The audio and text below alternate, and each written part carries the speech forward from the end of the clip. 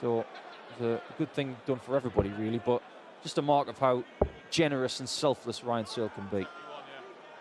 Yeah, one of the sport's good guys, that's for sure. And the only man who's not going to be liking him at the moment is Mario van der Behardert, who, if he is to get through to round 3, he's already in unparalleled territory because he won a game on the Euro Tour yesterday. But in order to progress, he's going to have to break Ryan Searle's throw, something he's not done in the entire tournament so far. And Searle's going to have 6 from 170. I have a feeling that if he'd got the second 60, he wasn't going to go for the ball. He would have laid up for tops. It's just what he does all of the time. In fact, the next game that we have, which is Rob Cross, the 4th seed, against Martijn Dracht of the Netherlands, the winner of that game will play the winner of this game. It's 2 dots, a double 12. And things are starting to click on the outer ring for Ryan Searle. What somebody else uses because you think it's pretty or that it might work, find what does work. And that's something that Van der Behardert has been doing over the last couple of months, trying to find a new set that works a little bit better. A beautiful switch there from Ryan. Now on 271, he should really go to 19s. But Mario's not missing all of a sudden. Not missing at all. Has he got enough room left in the 60 for a 6th? You bet he has. And there was a sign in that audience about a minute ago saying, we want a 9-darter. We do want one. Well, KIEL, you might be getting one. Mario require 100. Come on, Mario. Ooh. Well, what a way to register the first leg that would have been. I don't know if you heard that groan, but has somebody got a foghorn in that audience? Honestly, if we're going to get brass instruments into this audience, it's going to start sounding like a cricket match. I'm all for it, by the way. Just not when the players are throwing. Tremendous switching from Searle. And again, he puts pressure on Mario van der Behardert's position. Last time he was on 80 and couldn't take it. And why has he gone 18s? And why has he done that? 38. Ryan, you require lack of focus from Mario van der Behardert, and Ryan Searle, double 6, easy as you like. Dimitri Vandenberg against Richie Edhouse. And Joe Cullen against Aaron Monk. That is really interesting in game number 5. That's the one that jumped off the page to me. There's the foghorn again. Who's got that? It may even be a vuvuzela. Well, he's got 3 180s, Mario, and a 4-leg deficit. 180s for sure. You know the rest. 98. Doubles for dough if you don't. yeah, just clear that one up. You haven't been around this sport for about 25 years like some of us. But that's beautiful from Ryan, especially when Mario's not in that finishing zone on 168. This should surely be time to put the guillotine down on Mario's best ever European Tour experience. Ryan, you require 40. So Searle and tops.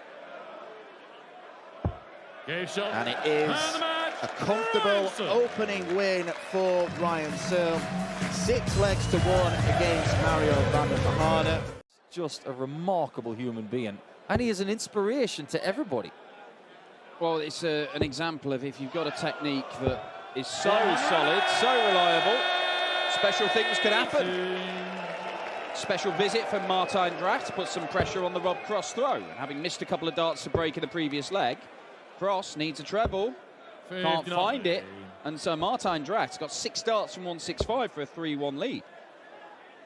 Maybe he should have gone to the bullseye on 25 with the last dart to leave a finish. Well, he tends to do that sort of thing. He's quite willing to use the bullseye and use the board quite creatively to make sure that he does leave finishes that he wants, or in this case, finishes at all.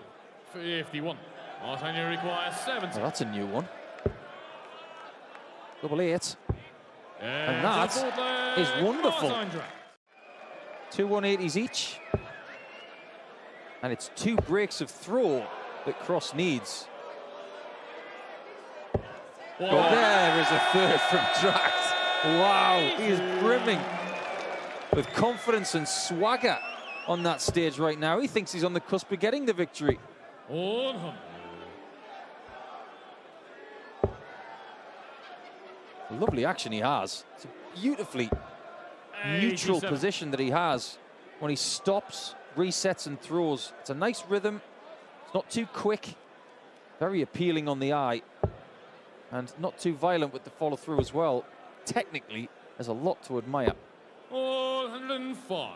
Yeah, again, Rob Cross, nice use of the board there to leave a finish that doesn't require the bullseye. It may not matter. Oh, it looked so good for another. 95.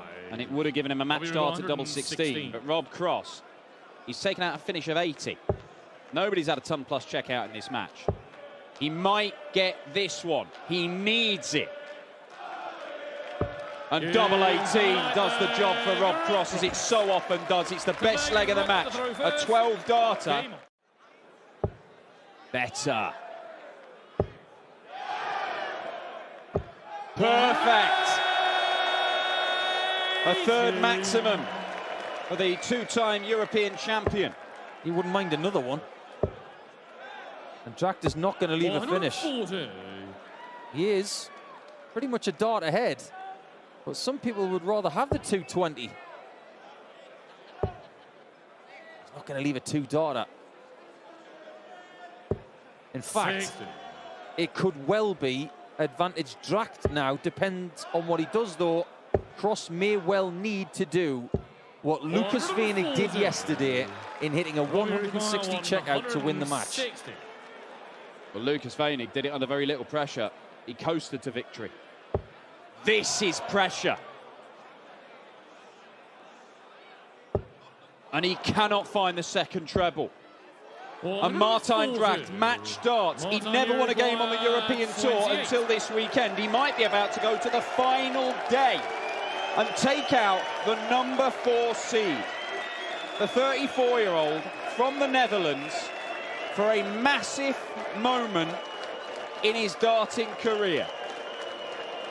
He waits and waits and waits. Is this a good plan? Is he composing himself?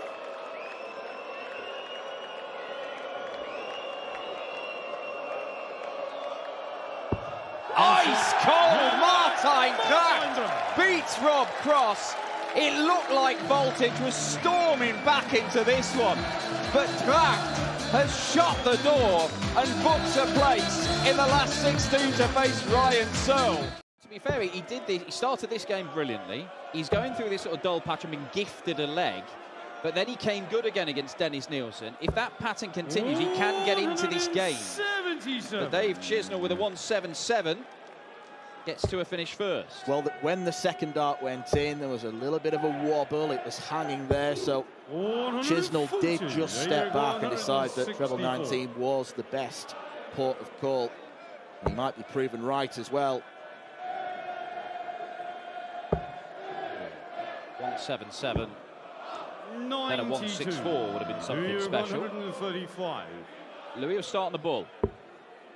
Looks handy if he can find the treble, which he can. How handy is it? Dear, he's not in the right side of it. 103. Well, the only consolation is that it's a decent leave to be left on double 16. Chisnell having to shuffle across, and he breaks back, so... And that's going to put so much pressure on your opponent. And again, because it's Chisnell, because you know that he can sustain this for leg after leg, hour after hour, day after day, month after month. Your opponent knows that that can happen, and they're expecting it. And so there's even more pressure when you toe the oche each time, because it has to be good just to live with him. And that heavy artillery means that there is margin for error on the doubles. Like the little error there. One at double 12, one at double 6. But Louis Williams, nothing he can do about it. Even the best players on planet Earth can't finish on 205. 58. Oh, we're going to have another silly leg here, Chiz. Or is it going to get done?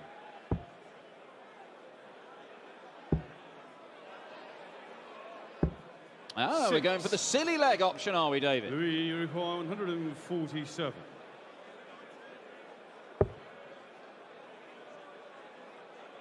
Louis Williams fancies joining in with the silliness at the first dart, way into the single 5.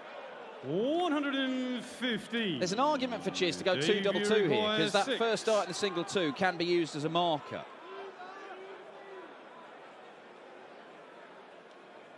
What's the plan, David? How are you going to science your way out of this? Ah, good theory put into practice. Straight at it, straight in 5-2. He's got time to progress. Silky smooth action, but ultimately, Dave Chesnell's unsilky, unsmooth action looks like it's going to be too strong.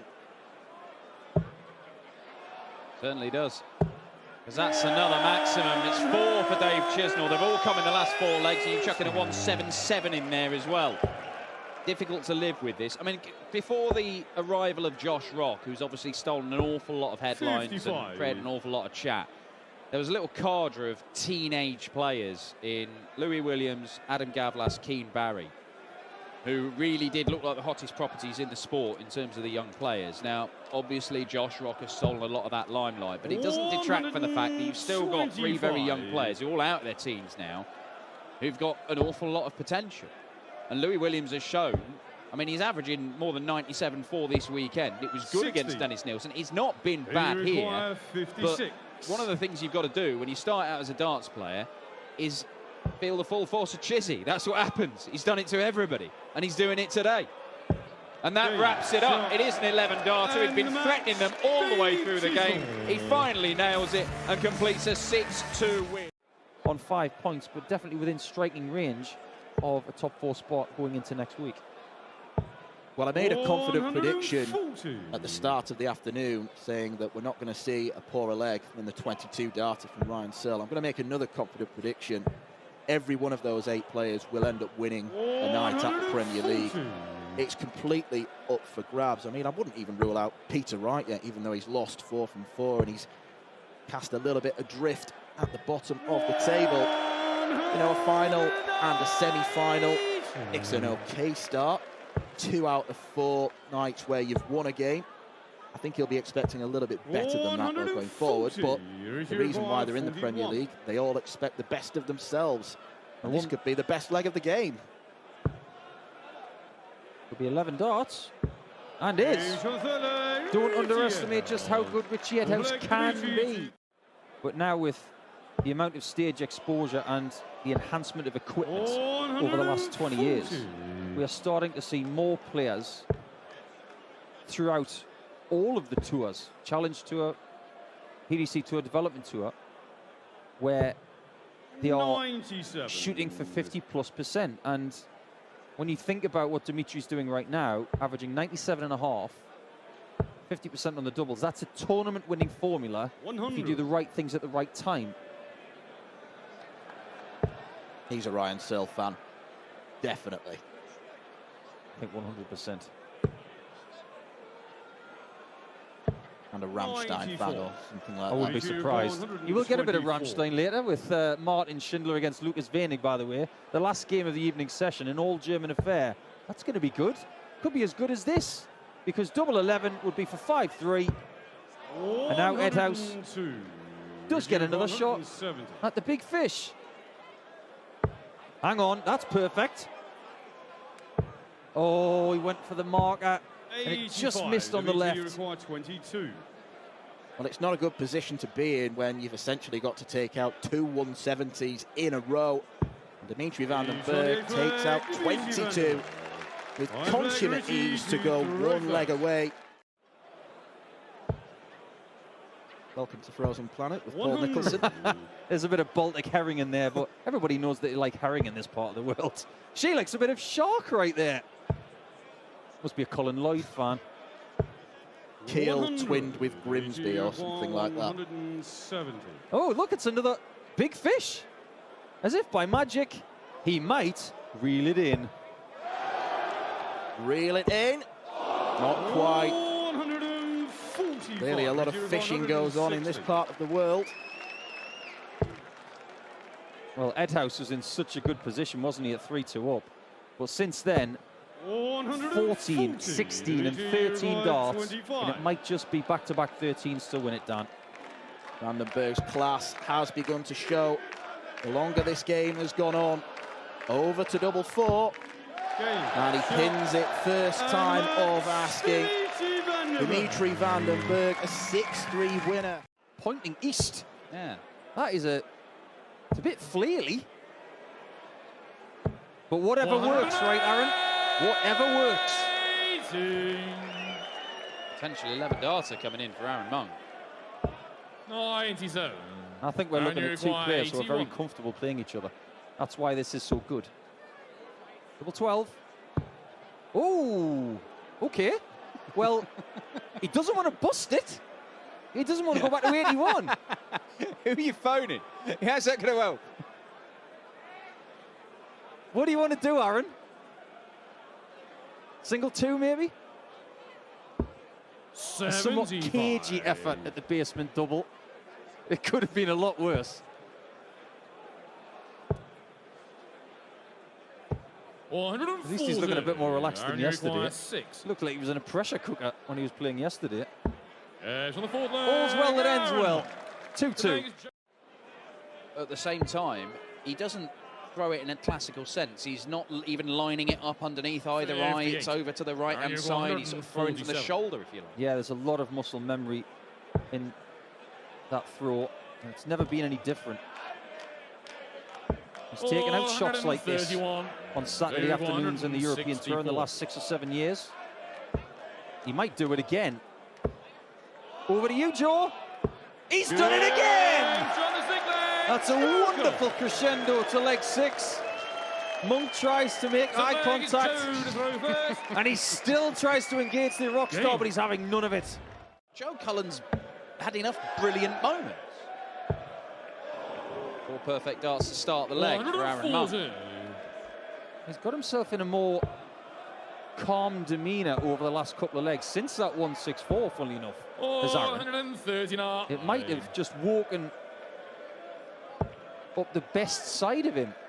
He's not missing much. 117 leaves 64. Let's find out whether he goes back to tops or not, because that's the double that's probably cost him the most over the last couple of days. 140. I think he'll go back to it because he's a stubborn mule. He will. And finally hits it first time. That is the 11 darter he was threatening. It's been a really encouraging start to the year for Joe Cullen in terms of the standard of play. He's now got to win some games, and to be fair, this game here, where he has hit half a dozen 180s now, he can walk away from this game. He might be averaging 96, 97 and win it 6-4. It has been hard work, this. Aaron Monk has made him work incredibly hard. Sometimes, though, Dan, you'd rather come through a game like this than winning 6-1 with a big average. You want to be tested. You want to come through that test with 6 maximums, and especially when your opponent's putting you under pressure in a 10th leg and you've got the chance to finish it. Got the chance to finish it here.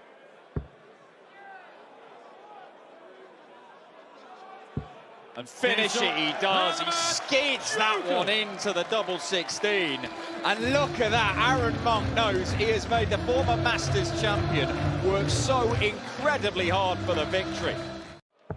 Yeah, there's one thing that you can guarantee from Damon Hector, and that is a good level of performance, whether he wins or loses. It's very rare that you see him average in the 80s. He's a consistent 90s player, and he excels on the floor. That's when the only people for company are the opposing player and the referee. He's got to learn to do it more on the big stage. That Gibraltar win last year may do him a world of good, because the World Cup is obviously a pairs event. Winning individually is the aim for him. 110 is the immediate aim. This would be a fine way start the contest. And 110 is pinned. Only an 18 darter. Damon in that bracket of players who you're expecting is going to be in the mix for titles this year, and who knows how many. But he's not in the Premier League. He will almost certainly feature in the World Series in New Zealand, Australia. Just the 2 events there this year. It's not the double-header in Australia and a New Zealand event. It's just the 2. But he can really focus on the Pro Tour, and he's a guy, I don't think he's missed an event in months and months and months. So he's going to be playing a lot of darts. He's the number 3 seed for this, so he's going to be sat in the seedings all the way through the year, you would expect, and take something weird to dislodge him. 11 darter coming in. 12 will do. But if he's not 12, he could lose the leg. 127. 127 is a tricky one, but out of nowhere, Brooks could be back in this. Level 17 leaves the ball. 102. The grimace on Bradley Brooks' face says it all, because Heta can establish a 3-leg lead once again. There's no messing about. It's a sort of moment where games can turn. As Heta is finding his mark more regularly, 3 180s all in the last 4 legs. His average has crept up to close to a ton, and he's not even looked that impressive in this game yet. You know, the one thing that's really impressive about Heta, he can adjust his pace during the game. The way that he threw that 180 just then, clearly quicker than how he normally throws the darts. He can throw depending on how he feels or what he feels the situation needs. I think it's all totally natural for him. If he's feeling better, he's finding his range, he will naturally throw quicker. Certain players do, but he even talked last year about trying to get them going quicker. He feels that putting himself under less pressure can help him. Bradley required 45. Has left a bogey number there. Bradley Brooks with 2 180s in the leg, looking for a 12 darter. That's the best leg of the match from Bradley Brooks. He's not backing down. Good stuff for the young man. Maybe it'll be happy families all around, and both of them will get cheered. They might just boo and whistle a pair of them. But that is 4 legs on the spin that Damon Heta has hit a 180. The average has climbed to 102. This is right up there with the best we've seen this weekend in KIEL. And he's done it after a couple of 6-visit legs to start the match. He has found a level of comfort in this game. And while he won't take the 1-2-1, and Bradley will get a look at the 1-3-2, Heta is going to leave himself with match darts if this doesn't go. Well, he'll be looking for another. Treble 14. What a checkout that could have been. 92. Well, the first start, the ball obscured the rest of the target. That's why he switched. And he's not going to get another chance at tops, because Damon Heta secures a 6-2 victory. A little bit of Peter Wright later on tonight. Snakebite, the number 5 seed, will take on James Wade. Yes, that's a second-round match. Following on from the first-round match of Wade versus Barneveld. That just goes to show how strong the fields are in these European Tour events. 85. Danny has options here. Some people like to use the bull here, but he's a bit more of a traditional cat. That's a lovely single, you know. Double top. That is so measured, because with his darts kinking left,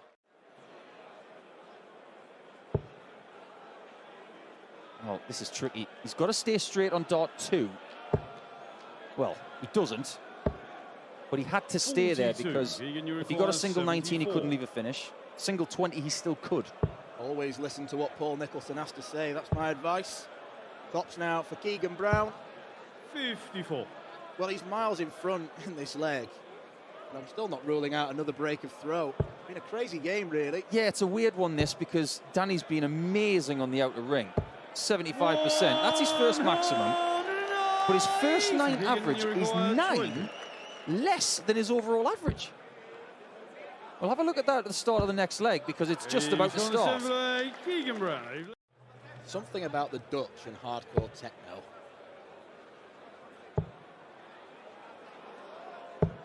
140. Really wanted that 180 because 128 is one of the trickiest finishes in that zone. What can Danny do with visit 4 this time? It's okay. Kicking you 128. This could be a game changer. It could be a 2-leg cushion if he finds another one of them, or he's going to go 14s. That's why it's tricky, because when you get the treble, you need another one after that. A little bit surprised that he didn't follow that first treble 18 in. They get another chance. 49, and you require 32. It's still a bit weird, statistically, this game. But Keegan has a chance, and he takes it for 5-3. Not being hit as regularly this time. So there's an idea, Dan.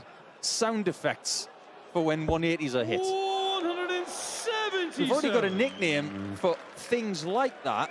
If you get a treble 20, a treble 19, and a treble 18, it's called a white horse.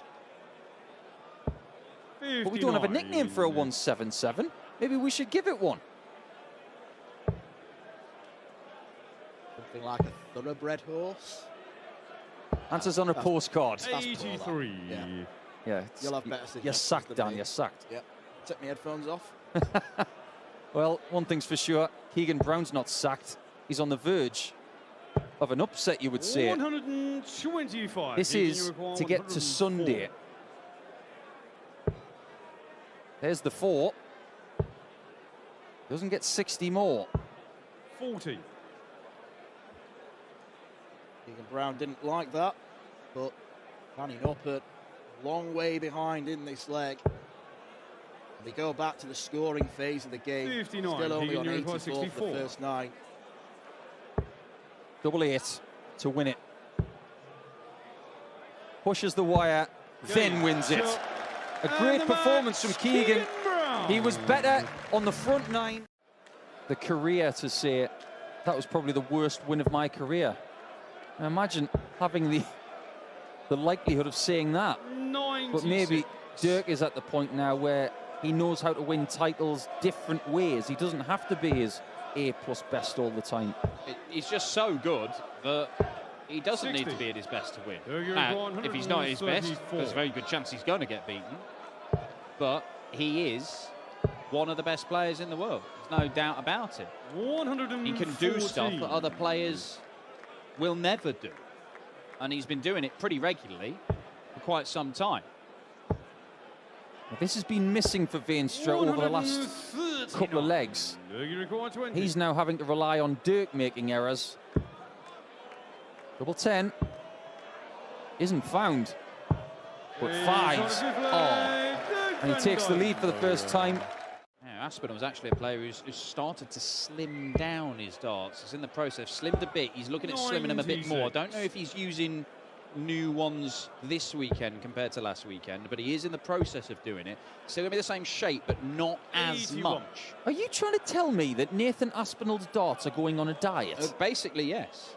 Because, and look, he's playing well, he's throwing well, he's scoring heavy, but he thinks he can score even more heavily by 60. Getting them closer together. Now I've heard it all. Darts on a diet. Veenstra just being given a leg here to get himself back into the game. He's lost 4 on the spin, but Dirk's scoring has deserted him a bit. Yeah, it's an interesting game so far. 6 and a bit legs in, and Dirk's only got 1 maximum. That is well below his hit rate. Good find and a very good leg from Veenstra there. 14 darts. Been a difficult day for the tour card holder qualifiers. None of them have come through apart from Keegan Brown. He was the first in the previous match. It looks like Veenstra will go the same way as Brooks, Monk, Edhouse. 58. And Mario van der Bogara. Ooh, still on tops. 62. Wasn't the route he wanted, but he got a dart at tops in the end. Dirk van Duijvenbode. Is he going safe? No, he's going aggressive. Oh, double for Dirk van Dijvenbode. Well, a little moment of class to seal it, but Dirk van Dijvenbode way off his usual levels. It does not matter.